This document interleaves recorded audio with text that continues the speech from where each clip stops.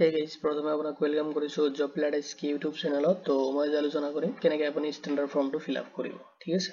তো মই ৰিসেন্টলি এটা ৰিকুৱাৰমেন্ট নোটিফিকেশনৰ যেটো ভিডিও বনাইছিলো মাজুলী জুডিচিয়াৰীৰ পৰা হোৱা। তো তাৰে কেইটামান কমেন্ট আহিছে যে ষ্টেণ্ডাৰ্ড ফৰ্মটো ফিল আপ কৰোঁতে অলপ প্ৰব্লেম হৈছে। তো মই আগৰ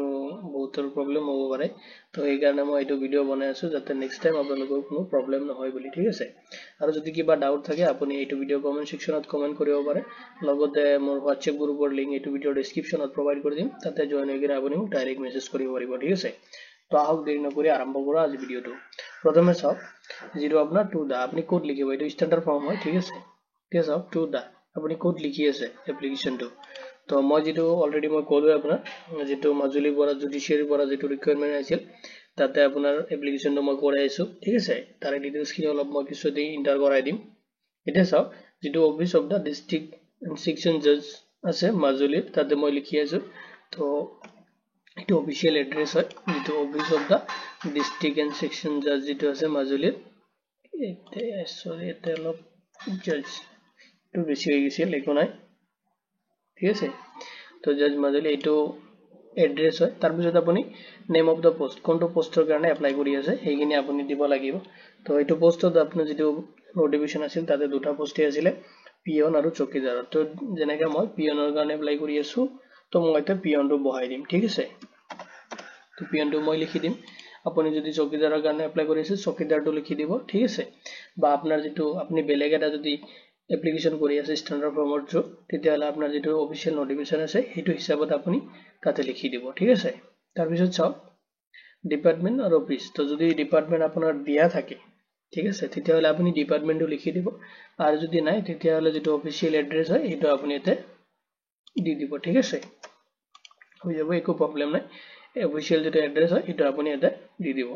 যিকোনো এটা ডিপাৰ্টমেন্ট যদি থাকে তাতে অফিচিয়েল যেটো নোটিফিকেশন থাকিব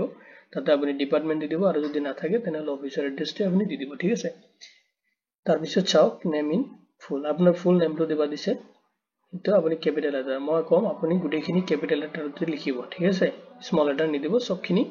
কেপিটেল লেটাৰতে লিখিব। যেনেকৈ মোৰ নামটো মই এতে দি আছো হাছান এছকে, ঠিক আছে, হাছান শেখ, শৰ্ট ফৰ্ম মই এছকে লিখো, তো এছকে দি আছো। আৰু এতিয়া চাওক আপোনাৰ পাৰ্মানেন্ট এড্ৰেছ, ঠিক আছে। পাৰ্মানেন্ট এড্ৰেছত ফাৰ্ষ্টত আপুনি আপোনাৰ ভিলেজটো দিব। এনেকৈ মই খাৰপেটীয়া দিলো জাষ্ট, ভিলেজ থাকে ভিলেজ, টাউন থাকিলে টাউন আপুনি দিব পাৰে। তো মই দি দিলো খাৰপেটীয়া, ঠিক আছে, খাৰপেটীয়া। তো খাৰপেটীয়া দি দিলো। যদি টাউন এতিয়া মই খাৰপেটীয়াও দিব পাৰো, প্ৰব্লেম নাই, ঠিক আছে। খাৰপেটীয়া দি দিলো। তাৰপিছত চাওক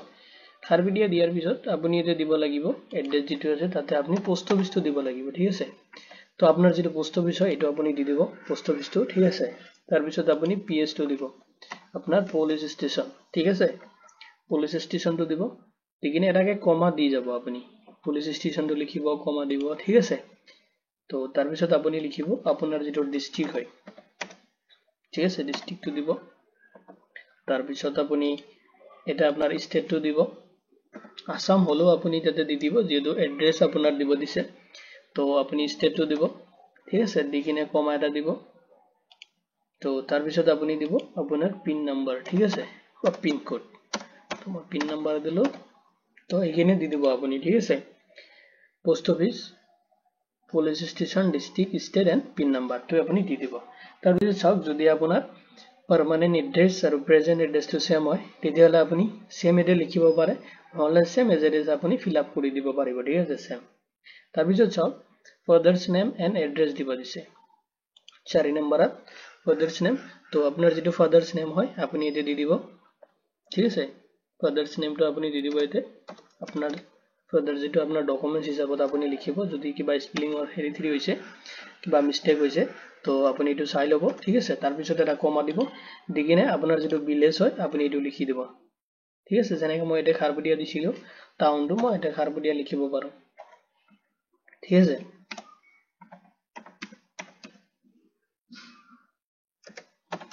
ঠিক আছে, খাৰপেটীয়া দিব পাৰো।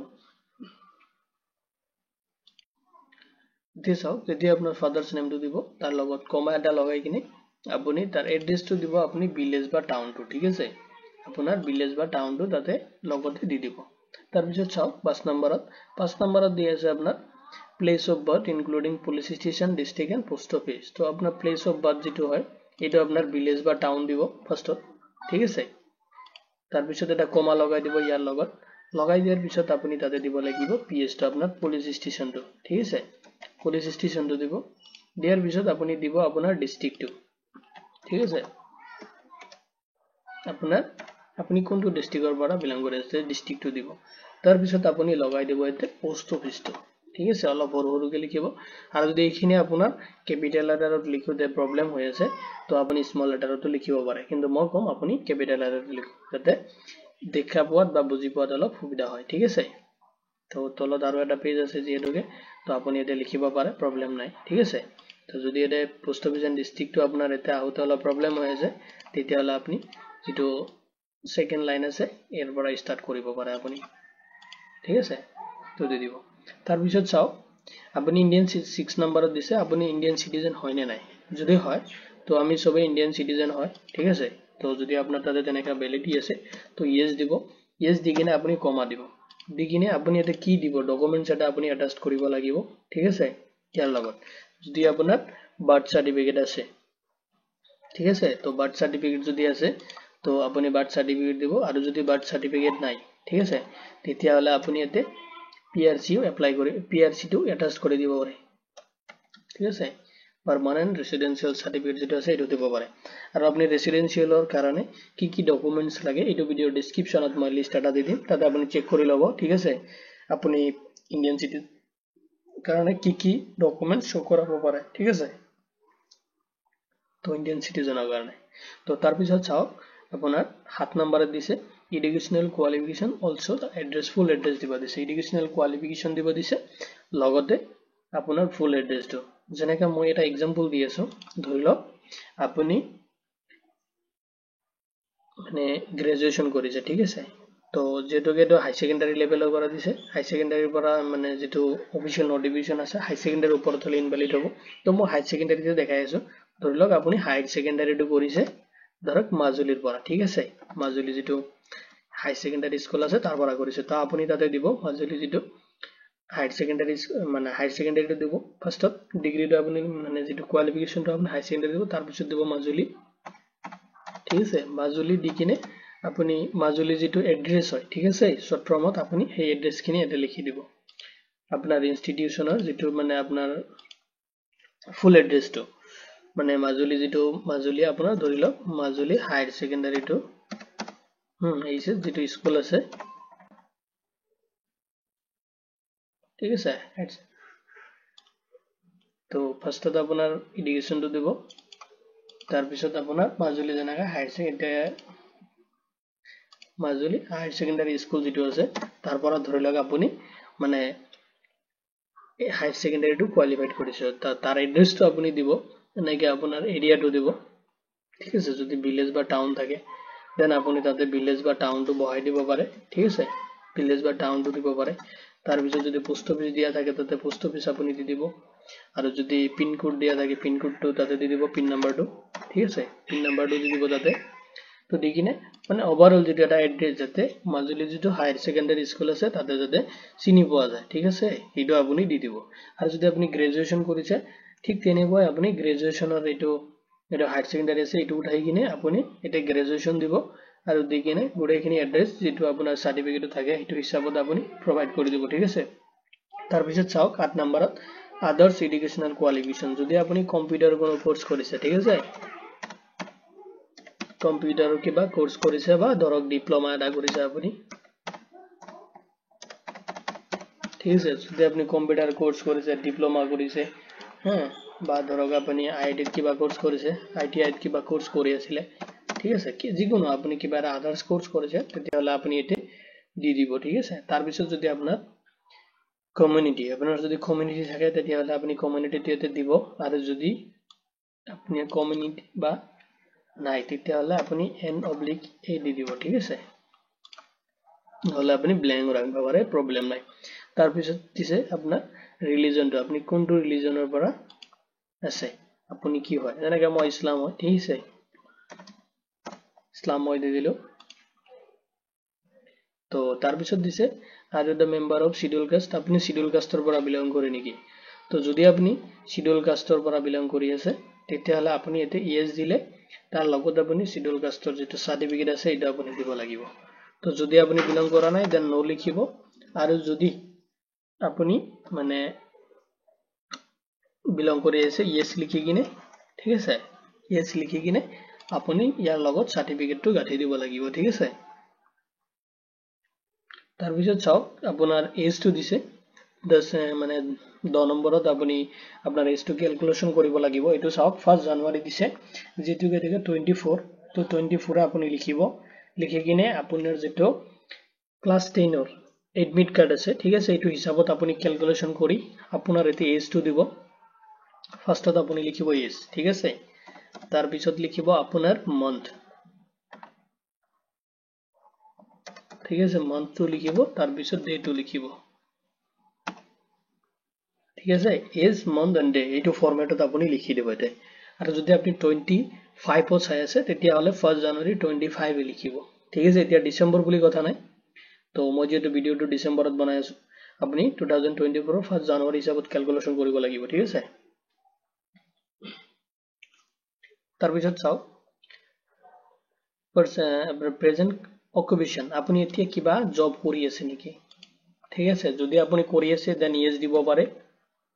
আৰু যদি আপুনি কৰা নাই তেতিয়া হলে আপুনি নো ইউজ কৰিব পাৰে ঠিক আছে আপোনাৰ যিকোনো এটা আপুনি ইউজ কৰিব পাৰে তো যদি আপুনি ইয়েস কৰে তেতিয়া হলে ইয়াৰ লগত আপুনি যেটো অকুপেশনৰ যদি কিবা তেনেকুৱা সাৰ্টিফিকেট আছে আপুনি প্ৰভাইড কৰিব লাগিব আৰু যদি কৰা নাই দেন আপুনি তাতে নো ফিল আপ কৰি দিব পাৰে previous appointment held any যদি আপোনাৰ previous কোনো ধৰণৰ appointment letter আছে তো তাতে আপুনি দিব পাৰে যদি yes লিখে তেতিয়া হলে এইখিনি আপুনি গাঠি দিব লাগিব আৰু যদি নো কৰে তেতিয়া হলে আপুনি এইখিনি বস্তু দিব না লাগে ঠিক আছে তাৰ পিছত চাও আৰু টেম্পোৰাৰি দিছেন আপনি মানে 13 নম্বৰত দিছে আপুনি টেম্পোৰাৰি হিচাপত কোনো মানে গভৰ্নমেন্ট সেক্টৰত কাম কৰি আছে নেকি বা পাৰ্সোনালি কিবা তেনেকুৱা গভৰ্নমেন্ট সেক্টৰত ঠিক আছে তো আপুনি টেম্পোৰাৰি হিচাপত যদি কাম কৰি আছে তেতিয়া হলে দিব পাৰে আৰু যদি কৰা নাই তেতিয়া হলে নো দিব ঠিক আছে আৰু যদি কৰিছে ইয়েস দি তেতিয়া হলে তাত আপুনি এপয়েন্টমেন্ট লেটাৰটো বা ধৰক আপোনাৰ যেটো স্যালাৰি হয় স্যালাৰি স্লিপটো আপুনি তাতে গাঠি দিব পাৰিব ঠিক আছে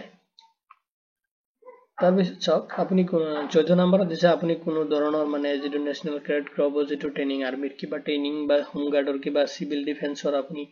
ভলান্টাৰিছত কিবা ট্ৰেনিং লৈছে নেকি ঠিক আছে তো যদি লৈছে তো ইয়েস দিব আৰু যদি লোৱা নাই তেতিয়া হলে নো দিব তাৰ পিছত চাওক 15 নম্বৰত মানে এমপ্লয়ি ৰেজিষ্ট্ৰেচন নাম্বাৰ তো আপুনি এমপ্লয়ি যেটো এমপ্লয়ি এক্সচেঞ্জ ৰেজিষ্ট্ৰেচন নাম্বাৰ আছে এটা আপুনি এতে বহাই দিব লাগিব ঠিক আছে আপোনাৰ যেটো নাম্বাৰ হয় ঠিক আছে আপুনি হিচাপত তো এইটো হিচাপত আপুনি বহাই দিব আপোনাৰ যেটো নাম্বাৰ হয় ঠিক আছে তো আপনি এমপ্লয়ি এক্সচেঞ্জৰ যেটো নাম্বাৰ হয় এটা আপুনি বহাই দিব তাৰ পিছত দিছে whether there is any government and semi government আপোনাৰ ফ্যামিলিৰ পৰা কোনোবাই গভৰ্নমেন্ট বা সেমি গভৰ্নমেন্টত কাম কৰি আছে নেকি ঠিক আছে টেম্পোৰাৰি হোক বা ধৰক পাৰ্মানেন্ট হোক তেনেকুৱা যদি কোনোবাই কৰি আছে তেতিয়া হলে আপুনি ইয়েস দিব পাৰে আৰু নহলে নো প্ৰভাইড কৰিব পাৰে ঠিক আছে যদি কৰি আছে ইয়েস দিব পাৰে আৰু যদি কৰা নাই তেতিয়া হলে নো দিব পাৰে তাৰ পিছত আপোনাৰ যেটো ফ্যামিলি ইনকাম হয় ঠিক আছে এটা আপুনি দিব লাগিব উইথ আপোনাৰ সাৰ্টিফিকেটৰ লগত যদি আপোনাৰ তাত নাই তো পুৰণা আপুনি যদি ইনকাম সাৰ্টিফিকেট হৈছে এটো সাৰ্টিফিকেট হিচাপত আপুনি আপোনাৰ যেটো ইনকাম মানে ইয়াৰলি যেটো এনুৱেল যেটো আপোনাৰ ইনকাম হয় ঠিক আছে এটা আপুনি দি দিব আৰু যদি আপোনাৰ তাত নাই এনে আইডিয়া কৰি নি দিব বস্তুটো মানে অলপ দি দিব আৰু যদি নাই তেনেকুৱা মানে আপোনাৰ আগতে উঠোৱা নাই তেতিয়াহলে আপনি এটো ব্ল্যাঙ্ক ৰাখিব পাৰে ঠিক আছে যদি ইনকাম সাৰ্টিফিকেট মেনশন কৰা আৰু যদি মেনশন কৰিছে নোটিফিকেশন অফিশিয়াল নোটিফিকেশনত যদি মেনশন কৰিছে তেতিয়াহলে আপনি গাঁও পঞ্চায়ত বা ডিসি বা এসডিও বা সাৰ্কেল অফিসৰ পৰা আপুনি ইনকাম সাৰ্টিফিকেট উঠাই কিনে হে এপ্লাই কৰিব লাগিব ঠিক আছে আৰু হেতু সাৰ্টিফিকেটত যেটো ইনকাম দিয়া থাকিব হেতু হিচাপত আপুনি তাতে এতে এন্টাৰ কৰাই দিব লাগিব তাৰ পিছত চাওক 18 নম্বৰত এক্সাম সেন্টাৰ যদি নোটিফিকেশনত দিয়া থাকে যে আপোনাৰ এক্সাম বেসিস আপোনাৰ সিলেকশন হ'ব তেতিয়া হলে আপুনি এতে এক্সাম সেন্টাৰটো দি দিব আৰু যদি দিয়া নাই আপুনি ব্লেংক ৰাখিব পাৰে ঠিক আছে যদি অফিচিয়েল নোটিফিকেশনত তেনেকুৱা কোৱা নাই যদি তেতিয়াহলে আপুনি এতে দিব নালাগে ঠিক আছে আৰু নহলে লিখিব পাৰে আপুনি যে নোটিফিকেশন নট মেনশন বুলি ঠিক আছে তো এটা আপুনি যদি এক্সাম সেন্টার দিয়া নাই ব্লেংক ৰাখি দিয়ক প্ৰবলেম নাই তাৰ পিছত লিখিব I M A candidate from da post এটা আপুনি এটা দিব লাগিব চাওক পোষ্টটো আপুনি দিব যেটোকে মই ফাৰ্ষ্টতে আপোনাক কৈছিলো মই তো পিয়নৰ কাৰণে এপ্লাই দেখাই আছো পিয়নটো এতে দি দিব ঠিক আছে তাৰ পিছত চাওক এতে 80000 চালান যদি আপোনাৰ অফিচিয়েল যেটো নোটিফিকেশন আছে হেইটো যদি কৈ থাকে আপুনি এটা পেমেন্ট কৰিব লাগিব ঠিক আছে তেনে ক্ষেত্ৰত আপুনি এতে চালানটো মেনশন কৰিব পাৰে ঠিক আছে আৰু যদি দিয়া নাই আপুনি ব্লেংক ৰাখিব পাৰে নহলে আপুনি তাতে লিখিব পাৰে not mention advertising তো আপুনি ব্লেংক ৰাখক যেটোকে দিয়া নাই তো ঠিক আছে আৰু যদি দিয়া থাকে তেতিয়াহলে আপুনি চালান কাটি কিনে এটো চালানৰ ৰুপিসটো দি দিব লাগিব লগতে এটো চালান আপুনি এটো লগত কাটি দিব লাগিব ঠিক আছে তাৰ পিছত চাওক ডেটটো আপনি যিদিনা সাবমিট কৰি আছে হেইটো ডেট তাতে দি দিব যেনেকৈ মই আজি এটো ফিল আপ কৰি আছো জাস্ট হ্যাঁ মই এটো জাস্ট দেখাইছো আপোনাক তো এইটোত আপোনাৰ 14 তাৰিখত মই ফিল আপ কৰি আছো 14 ডিসেম্বৰত আৰু প্লেসটো মই দি আছো খাৰবিডিয়া ঠিক আছে তো আপোনাৰ যেটো এৰিয়া হয় এটো আপুনি দি দিব মই খাৰবিডিয়াৰ পৰা যেটো ফিল আপ কৰি আছো এটো তো মই এটো দি দিলো ঠিক আছে তাৰ পিছত চাওক সিগনেচাৰটো এটো আপুনি যেটো সিগনেচাৰ হয় এনেকা ডাইৰেক্ট লিখি নি দিব মই যেনেকা লিখি আছো জাস্ট ঠিক আছে তো আপুনি তাতে এটা কাম কৰিব সিগনেচাৰটো আপুনি হ্যান্ড ৰাইট লিখিব ঠিক আছে লিখি কিনে আপুনি ইনভলভমেন্ট খাপত ভৰাই কিনে আপুনি এইটো আপুনি স্পিড পোস্ট যদি থাকে স্পিড পোস্ট নহলে আপুনি তাতে অফিসত সাবমিট কৰি থৈ আহিব লাগিব ঠিক আছে আৰু এটা পাসপোৰ্ট সাইজ ফটো আপুনি এইটো কৰ্নাৰত লগাই দিব লাগিব আৰু এক্সট্ৰাকে আপুনি 2 কপিজ চাব যিবিলাক মানে অফিসিয়েল নোটিফিকেশন আহে তাতে এক্সট্ৰাকে দুটাকে কপি আপোনাক 2 কপি পাসপোর্ট সাইজ ফটো লাগে বুলি তাতে অফিসিয়েল নোটিফিকেশনত কৈ দিয়ে ঠিক আছে তো আপুনি হেখিনি দি কিনে গুডিখিনি ডকুমেন্টস অ্যাটাচ কৰি কিনে আপুনি বস্তুটো সাবমিট কৰি দিব ঠিক আছে তো আপোনাৰ যিখিনি এপ্লিকেশন ফৰ্ম হল ফিল আপ হল ডকুমেন্টস খিনি অ্যাটাচ কৰি কিনে আপুনি সাবমিট কৰি দিব তো এইটো ভিডিওত ইমানতে যদি কিবা ডাউট থাকে আপুনি কমেন্ট সেকশনত কমেন্ট কৰিব পাৰে লগতে আমাৰ হোৱাটসঅ্যাপ গ্ৰুপত জয়েন হৈ কিনে আপুনি মোক ডাইৰেক্ট মেসেজ কৰিব পাৰে তো ধন্যবাদ দি কিনে ভিডিও ইমানতে সামৰিছো তো ধন্যবাদ ভিডিওটো চোৱাৰ বাবে